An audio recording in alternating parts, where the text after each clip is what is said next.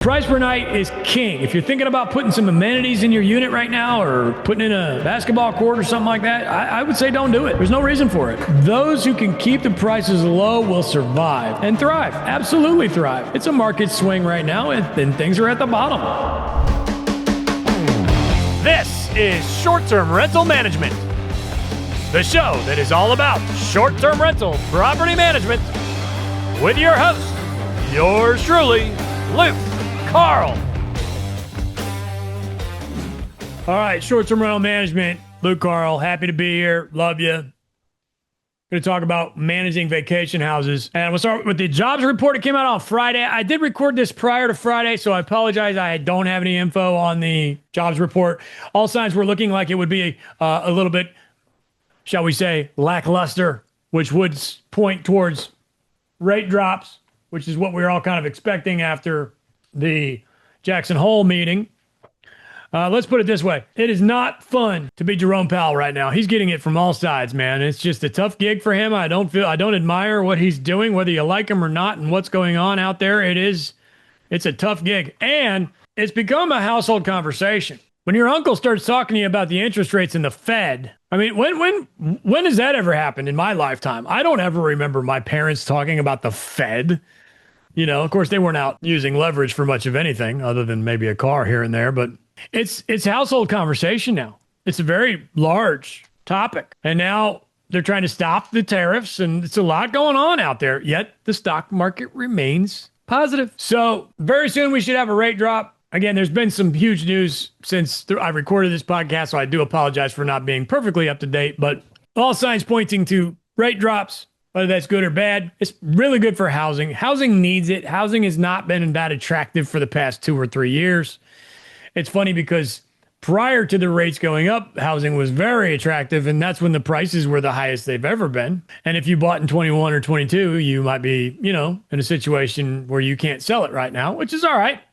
Because in general, with rental real estate, you want to keep it. The wealth comes from keeping it. This is why I get so mad about this pickleball court crap. That's, to me, somebody that's trying to hit a jackpot on a slot machine. It's not a slot machine.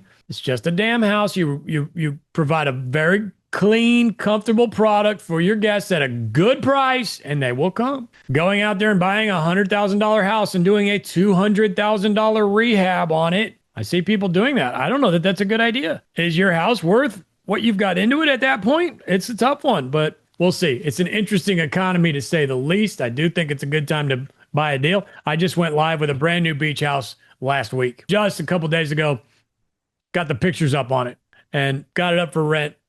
It's on the beach. It's already slow season, so not going to be that impressive of a launch here for my new property, but that's okay. It's a place for my parents to stay when they come to town and family to stay. And we can rent it a little bit here and there. Cutest little 2-bedroom house. It's a 2-bedroom house in an area where there's nothing but, 4, 5, 6, 7 bedrooms. So it is a unique property. Location is good. A little bit far from the beach, but I'm providing a golf cart, so that'll help with that. But exciting little house for me. Spent about $50,000 on the rehab. Posting about it on Instagram a little bit. You can find me there at Luke Cashflow Carl on Instagram. Hey, while we're at it, please leave this podcast a 5-star review. It's a very, very, very niche down podcast. I understand that, but I work hard and I enjoy it. It's not for everybody, but if you're listening, hey man, every little bit helps. I'm getting close to 300 reviews, which, believe it or not, that's actually pretty good for a podcast. So hit me with a 5-star if you don't mind. So I do want to talk about travel, as I have been traveling, and I've been traveling to a very travel-heavy area, Disney, Orlando. Just got back. First of all, I want to say that I cherish the moments with my children at these parks. I do. It is just an incredible thing. I never went as a child. Never really went at all until I had my own kids. I went when I was like 17 to Disneyland. Played in the marching band and marched down the, high school marching band in Disneyland. I don't remember much of it. I remember I broke a stick. Ralph Hardiman's I was using, the white, the big, thick, marching drumsticks. I was center snare. Anyway, I don't talk about the kids much. I protect them from the internet. They don't know what the internet is. By the way, I think that's the way to do it. I'm never going to put my kids on social media. It's just not for me. They don't even know what it is. It's not fair. It's not good for their innocence. And I don't like it. So But I have them and they're wonderful and they're the best thing in my whole life. It's just a wonderful thing. Family's all that matters. But we took the kids to Disney World. Sorry, we live in Florida. And Universal. We went to Universal for the first time. And the reason I mention this is because there's a lot of travel going on here. Honestly, Disney World and Universal are they're a very good barometer for travel in general. Because these are huge attractions that probably Disney World is, likely the biggest, at least childhood tourist attraction in the country. So number 9 to be exact, Disney World's Magic Kingdom is the number 9 attraction for tourism in the United States. Times Square's number 1, Central Park number 2. This is as of 2021. So I would imagine this has changed dramatically because as we all know, COVID most certainly affected New York City. I heard as much as 30% in primary residents lost in New York City. In other words, number of people living in New York City is 70% of what it used to be. Vegas Strip, number 3. Union Station in D.C. Mall of America is number 5. National Mall in D.C. Millennium Park in Chicago, my kind of town. Golden Gate Park, and then Magic Kingdom, number 9. Lincoln Park in Chicago. Disneyland, number 11. And then it trickles down. Great Smoky Mountains is actually right behind Epcot in 2021. So Epcot, which is the second most popular park at Disney World, had more visitors than the Smoky Mountain National Park, Great Smoky Mountain National Park, 2021.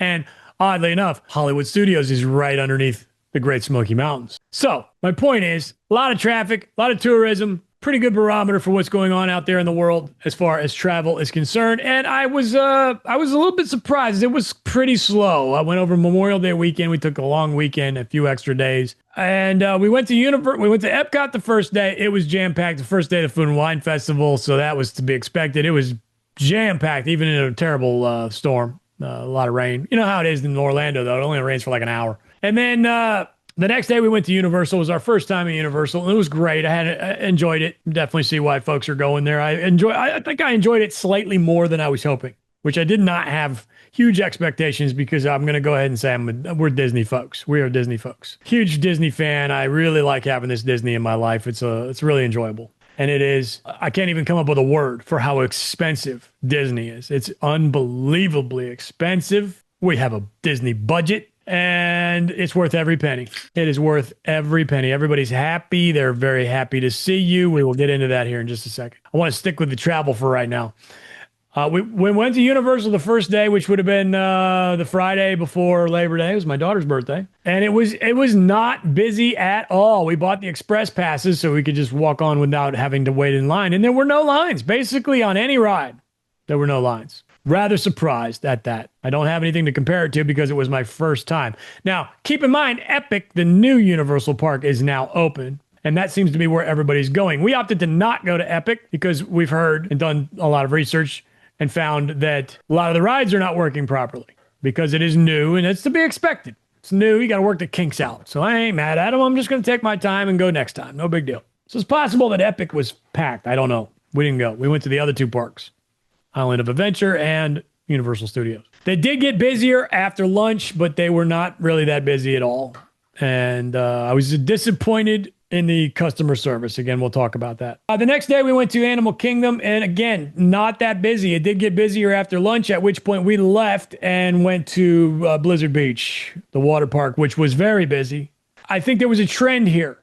People were sleeping in or something of the sort, or waiting for school to get out. I don't know, but by this time it was already Saturday. The afternoons were definitely much busier, and Blizzard Beach we went that afternoon was very busy. You know, it was difficult to even really find somewhere to park the stroller, and it was nice. It was nice to see that. I was happy to see that. I think during COVID we were annoyed with all these, oh my gosh, everybody's traveling and spending their money, and he got used to it, and it was like, everything's so busy. I don't even want to go anywhere. And now the economy has completely changed, and it's the opposite, where I'm refreshed and happy to see folks out and about. So Blizzard Beach was very busy on Saturday afternoon. Sunday we did Magic Kingdom. It was packed in the afternoon. The morning was really not that bad at all. We were the second in line to get on our first rope drop, which was Peter Pan. And by the way, we took a picture with one of the photographers before we got in line for the ride, and we were still second in line. So it really wasn't that crazy busy. And then again, another pretty bad storm that afternoon, around 11 in the morning until 1 in the afternoon, about 2 hours of storm. We hit under the Big Top souvenir store, and we went and did a meet and greet with Minnie Mouse and Daisy. Waited that out, and then we turned into a light drizzle, and we went on our way over to Winnie the Pooh, which is one of my favorites. Again, if you are a Disney operator, in other words, if you have a vacation rental in Disney, then all this stuff is going to make sense to you. And I would like to do a Disney specific podcast here in the near future, and I think we will do that because I just enjoy it there so much. I guess we're kind of doing that right now. Those are the only 2 Disney parks. We went to 3, right? We went to Blizzard Beach. So we went to Animal, Blizzard Beach in the same day. And then we went to Magic Kingdom Sunday, and we left Monday. It's a long drive for us. It's 6 or 7 hours. That's how we roll. We hit it hard. We go early. We're the first ones to the park, first ones on the monorail, first ones in the line for the minivan, that kind of thing. And first ones in the park. Love that. Love being early. And then by, 2, 3 in the afternoon, you start winding down. It's kind of funny that, when you go to bed early, when you wake up early, also go to bed early. Some people don't. Some people just rage all night, and that's cool too.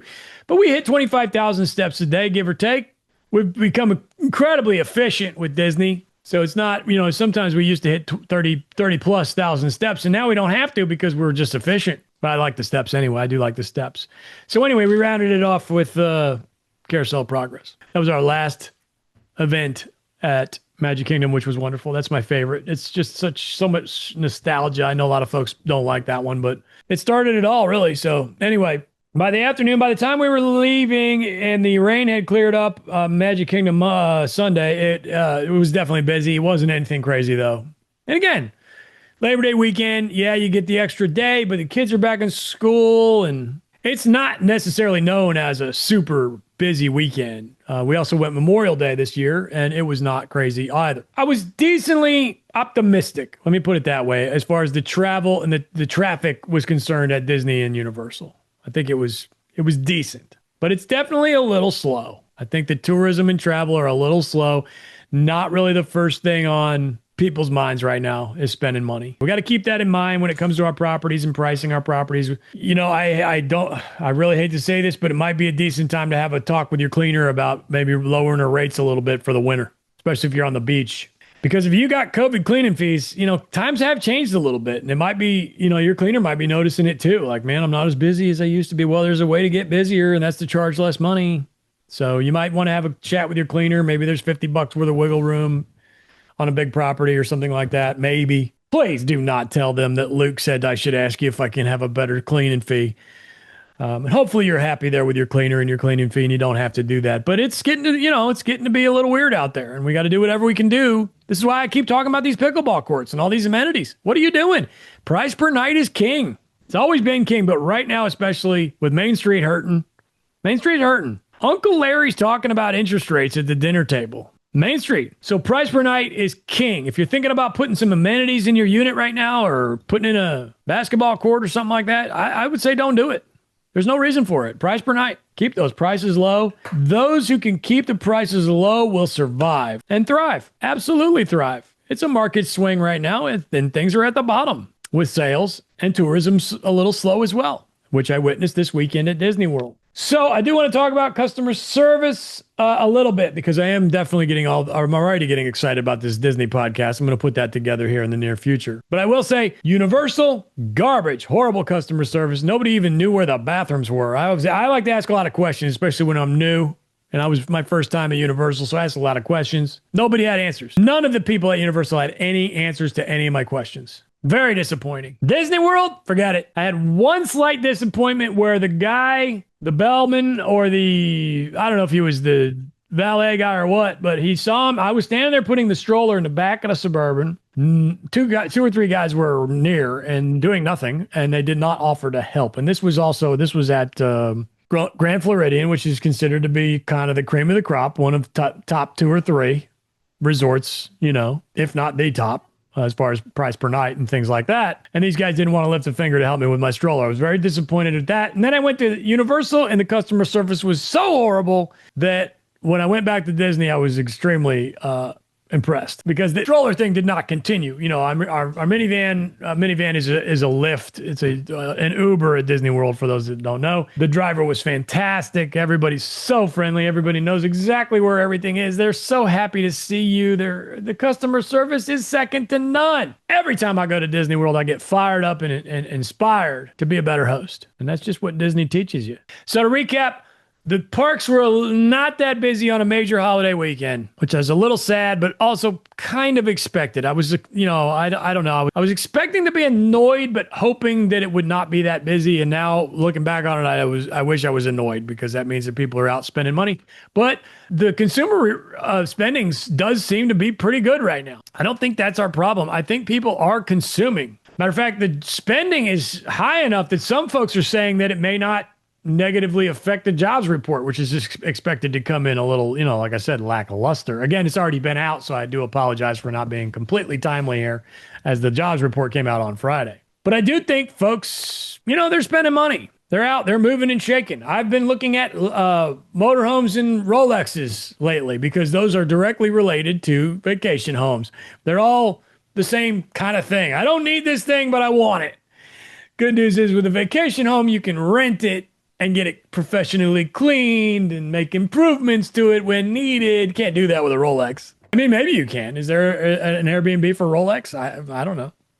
I don't think I'm going to put mine on there. And motorhomes. I did a little poking around on motorhomes the other day because I do love a road trip with the family in the summertime, and we've had motorhomes before. I don't think I'll do it again. I mean, to me, it's at this point, let's just get into suburban, call it a day. But there's a lot of motorhomes for sale. Let me put it that way. Whereas in 2021, you couldn't even get one. You couldn't even get insurance for a motorhome. Times have changed. It's a good time to be buying these things that you don't need. And I do think people are spending money. Like I mentioned, I mentioned last week, I think it was, that I went to an Apple store recently and I was shocked how many people were in there. So it's just an interesting time with the economy. Keep in mind that tourism is down a little bit in general. Main Street's hurting. Do your best to keep your price per night low. And pretty soon we're going to have the Disney podcast here at Short Term Rental Management. I'm looking forward to that. I'm going to start putting that together right now. I enjoyed my time with you. Happy Tuesday to you as we start to slowly roll into the holidays. Keep an eye on those prices and don't overthink it.